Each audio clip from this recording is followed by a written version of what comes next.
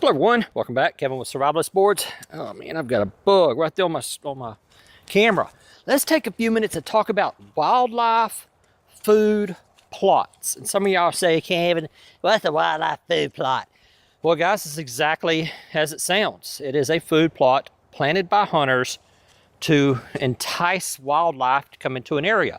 We've talked about feeders and the ethical reasons to hunt over a feeder and different things. And food plot serves kind of like a feeder, but I think it's a little bit more ethical in that the food plot gets the deer or whatever else you have in the area to come over and stop. And while they're grazing, eating some of this stuff, that then you size up the animal and decide whether you want to harvest the deer or not.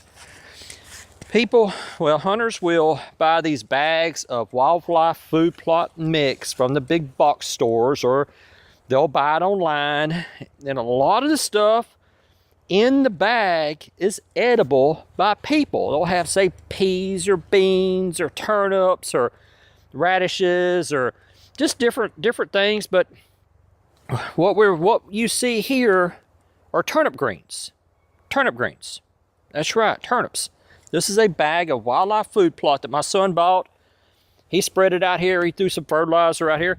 And just about all of this is edible.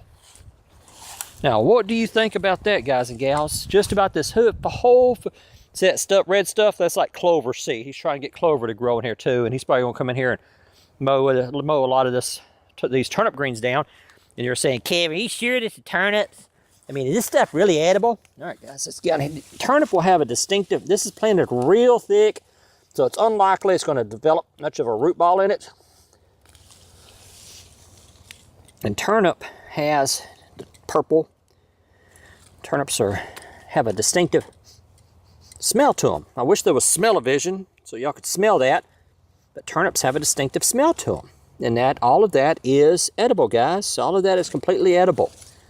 One thing nice about greens, turnip greens, mustard, radish, stuff like that, is the entire plant is edible. From the tops, I mean, it'd be safe, you'd want to boil it, because you don't know what's coming through here.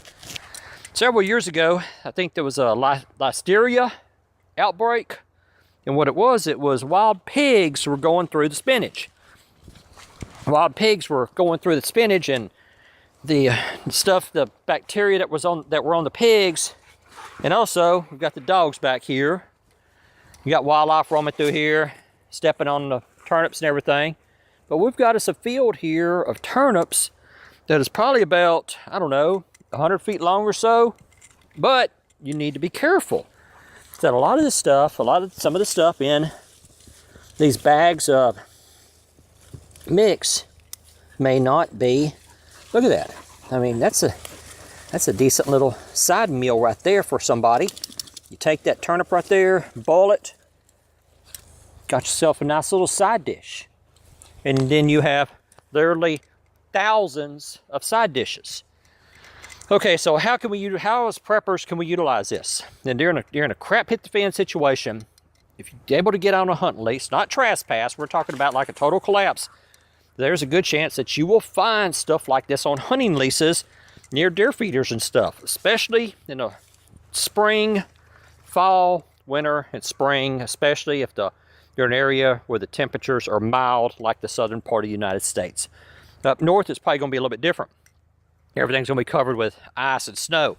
But down here in the southern part of the United States, where we rarely get snow, then you should be able to find patches like this on various hunting leases. You should be able to find stuff like this on various hunting leases. Ellis, why are you eating the grass? We brought him to the vet the other day, and vet said he was fine. I don't know what he's doing. Need to make sure you know what it is before you eat it. Familiarize yourself with turnip greens, purple top turnip, mustard green, radish, spinach, peas, beans, stuff like that.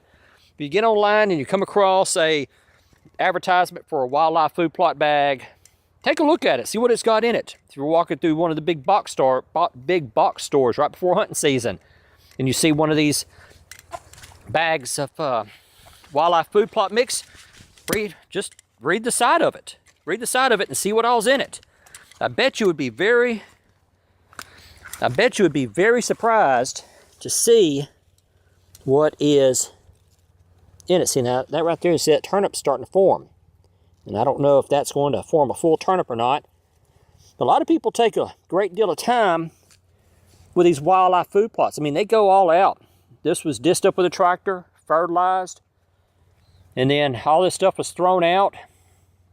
But if it's planted too close together, a lot of these turnips aren't going to make. See that little turnip right there? I don't know if y'all can see. I don't want to pull the plant up just to show you. But that little ball right there, that's the start of a turnip. All right, guys and gals, let me know what you think. And if y'all ever considered stuff like this, have you ever even seen it before? Have you ever seen a wildlife food plot like this before?